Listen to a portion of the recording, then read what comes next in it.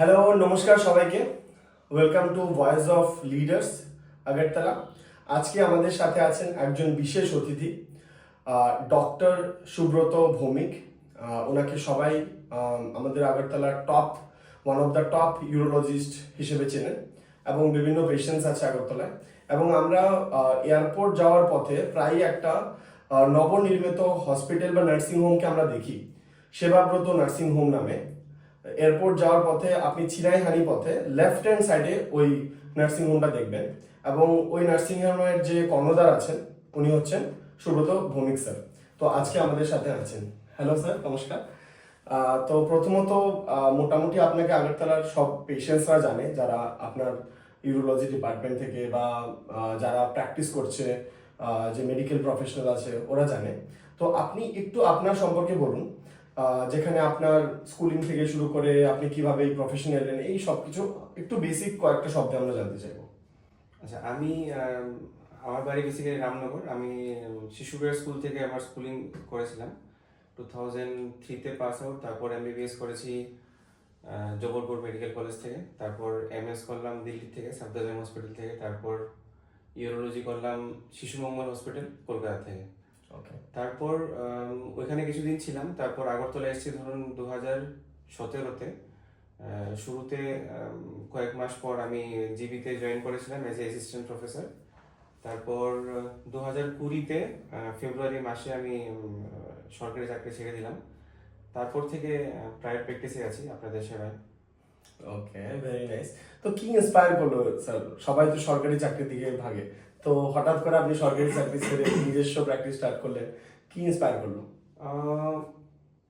Inspiration তো কিছু না, অ্যাকচুয়ালি সরকারি জায়গায় অনেক কিছুই সীমিত থাকে। মানে স্কোপ বলতে গেলে কিছু কিছু ক্ষেত্রে স্কোপ সরকারি জায়গায় বেশি, কিন্তু কিছু কিছু জায়গায় যদি আমরা দেখি তাহলে সরকারি জায়গায় স্কোপ একটু কম। নিজের স্কিলকে পুরো ইউটিলাইজ করা একটু ডিফিকাল্ট হয়ে যাচ্ছিল, কারণ অনেক জায়গায় ডিপার্টমেন্ট ডেভেলপ ছিল না। তো আমি যা শিখে এসেছি সেগুলো আমি পুরোপুরি ইউটিলাইজ করতে পারছিলাম না। সবখানি রেস্ট্রিকশন আর রেজিস্ট্যান্সের এগেনস্টে গিয়ে কাজ করতে হচ্ছিল।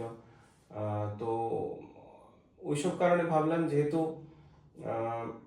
অ্যাকচুয়ালি সরকারি চাকরিতে আমরা ম্যাক্সিমাম টাইম, যেটা আমার প্রোডাক্টিভ টাইম, সেটা আমাদের সরকারি চাকরি দিতে হয়। ধরুন সকাল 9টা থেকে বিকাল 4টা অবধি, যখন আমরা ফিজিক্যালি মেন্টালি অ্যাক্টিভ থাকি, ওই টাইমটাতে আমি যদি আনপ্রোডাক্টিভ ওয়েতে টাইম কাটাই তাহলে দিনের শেষে ফ্রাস্ট্রেশনই আসে। তো ভাবলাম যদি নিজের সেট আপ করি বা নিজের যা স্কিল আছে প্লাস যা ইনস্ট্রুমেন্টস, যদি নতুন কিছু যা অ্যাডভান্সমেন্ট আছে সেগুলো ইউটিলাইজ করার সুযোগ যদি নিজে গড়ে তুলতে পারি তাহলে হয়তো পেশেন্টদের ভালো সার্ভিস দিতে পারবো। তো ওই ভাবনার কারণেই হয়তো সরকারি চাকরি আমি কন্টিনিউ করতে পারিনি। তো ওকে, নাইস। তো অনেক মিসকনসেপশন আছে, আমরা শুনি ইউরোলজি নিয়ে অনেকে অনেক রকম কিছু বোঝে। অনেক আমাদের অডিয়েন্সরা আছে যারা ঠিক ইউরোলজি ব্যাপারটা বুঝতে পারে না, মানে কি ডিপার্টমেন্টগুলো। তো আপনি একটু কাইন্ডলি এক্সপ্লেন করবেন হোয়াট ইজ ইউরোলজি, বা এটা সম্পর্কে যে মিসকনসেপশন আছে ওটা নিয়ে যদি একটু বলতে চান। আচ্ছা, মিসকনসেপশন বলতে গেলে প্রথমত যেটা ইউজুয়ালি পাবলিক যেটা ভাবে ইউরোলজি মানে মেল পেশেন্টদের জন্য, মেল জেন্ডারের জন্য ইউরোলজি, সেটা ওরকম কিছু না। ইকুয়ালি মেল পেশেন্টদের যতটুকু পার্সেন্টেজ ইউরোলজিক্যাল প্রবলেম থাকে, ফিমেল পেশেন্টদেরও সেম পার্সেন্টেজ থাকতে পারে। ইউজুয়ালি ফিমেল পেশেন্টের ইউরোলজি প্রবলেমের জন্য শুরুতে হয়তো ফিজিশিয়ানের কাছে যায় বা গাইনোকোলজিস্টের কাছে যায়। তারপর দেখতে গেলে আমরা ইউজুয়ালি ভাবি যে জল বেশি করে খেলেই ইউরোলজি প্রবলেম সব সমাধান হয়ে যায়। এটা একটা মিসকনসেপশন। জল তো ঠিক আছে, আপনার হাইড্রেশন। ইউরোলজির আন্ডারে কি কি জিনিস আসে, কোন কোন? এইবার হ্যাঁ, এটা একটা মিসকনসেপশন। হ্যাঁ। এখন কারোর কিডনি স্টোন হলো, ওরা কি করে, কিডনি যখনই কিডনি শব্দটা আসে তো ম্যাক্সিমাম পেশেন্টই কি করে নেফ্রোলজিস্টের কাছে চলে যায়। ওকে। এখন অ্যাকচুয়ালি কিডনি স্টোন হলে সেটা সার্জিক্যাল পার্ট। কিডনির দুটো প্রবলেম, যে কোনো ডিপার্টমেন্টে, ধরুন আপনার ব্রেনের হোক, গ্যাস্ট্রোএন্টারোলজি হোক, সবকিছু দুটো ডিপার্টমেন্ট থাকে, সার্জিক্যাল একটা আর একটা মেডিকেল প্রবলেম। যেমন neurologist, neurosurgeon; gastroenterologist, GI surgeon; cardiologist, CTVS surgeon. তো সবকিছুর জন্য দুটো ডিপার্টমেন্ট, একটা মেডিকেল ডিপার্টমেন্ট, একটা সার্জিক্যাল ডিপার্টমেন্ট। সেম কিডনির জন্য দুটো ডিপার্টমেন্ট, নেফ্রোলজিস্ট আর ইউরোলজিস্ট। তো কিডনির মেডিকেল প্রবলেম যেগুলো, যেমন কারোর সুগারের জন্য কিডনি খারাপ হলো, প্রেশারের জন্য খারাপ হলো, বা ধরুন কেউ পেইন কিলার খেলো অনেকদিন ধরে ওভার দি কাউন্টার, মানে ডাক্তার দেখানো ছাড়াই পেইন কিলার খাচ্ছে, এমনি সামান্য পেইন হচ্ছে পেইন কিলার খেয়ে নিল, আরাম হয়ে গেল। তো ওইসব কারণে যে কিডনি খারাপ হয় সেটা নেফ্রোলজির আন্ডারে আসে। আর যদি কোনো সার্জিক্যাল কারণ হয়, ধরুন স্টোন হলো, এখানে মেডিসিনের রোল আছে, কিন্তু সেটা ইউরোলজিস্টের থ্রু দিয়ে যদি অ্যাডভাইস করা হয় তাহলে ইউরোলজিস্ট বুঝতে পারবে যে কোন পেশেন্টের স্টোন হলে মেডিসিন অ্যাপ্রোপ্রিয়েট, কোন পেশেন্টের অপারেশন লাগবে। কিডনিতে টিউমার হলো যেটার জন্য অপারেশন লাগবে, ব্লাডারের টিউমার হলো, পেচ্ছাপে রক্ত আসছে, সেগুলো হলো, বা প্রস্টেটের প্রবলেম, সেগুলো অ্যাকচুয়ালি বেসিক্যালি ইউরোলজি পার্ট।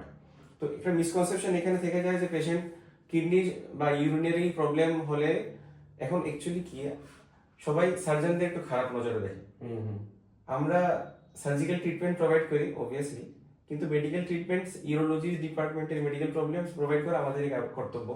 এখন যেহেতু সার্জিক্যাল ডিপার্টমেন্ট, পেশেন্ট একটা ভয় থাকে যে ও গেলেই হয়তো অপারেশনের কথা বলবে। এক্স্যাক্টলি, এটা একটা সবার থাকে। তো কিডনি প্রবলেম মানে ও চলো নেফ্রোলজিস্টের কাছে যাই, বা নেফ্রোলজিস্টের কাছে কিছু টাইম কাটালো, তারপর আলটিমেটলি ইউরোলজিস্টের কাছে আসতে হলো। তো ওইখানে টাইম ওয়েস্ট হয়ে যায়, 1 মাস 1.5 মাস, ধরুন 2 মাস 3 মাসই ওয়েস্ট হয়ে গেল। তো এটা একটা মিসকনসেপশন। অতদিনে রোগটা আরো বেশি বেড়ে গেল। হ্যাঁ, ম্যাক্সিমাম ক্ষেত্রে অনেক সময় স্টোন পেশেন্ট দেখা গেল ভয় পেয়ে নেফ্রোলজিস্টের কাছে গেল, নেফ্রোলজিস্ট পাঠালো ইউরোলজিস্টের কাছে, মাঝখানে 1.5 মাস 2 মাস চলে গেল। এমনও পেশেন্ট গেছে যে ক্রিয়েটিনিন বেড়ে 4-5 হয়ে গেছে, লাস্টে ডায়ালিসিসের টাইম অবধি চলে এসেছে, আসেই না পেশেন্ট ভয়ে। এখন ওইটা একটা মিসকনসেপশন যে হয়তো হ্যাঁ গেলেই অপারেশন লাগবে, বা অপারেশন হলে কিছু ক্ষতি হয়ে যাবে। তারপর আরেকটা জিনিস যেটা বলছিলাম, জল।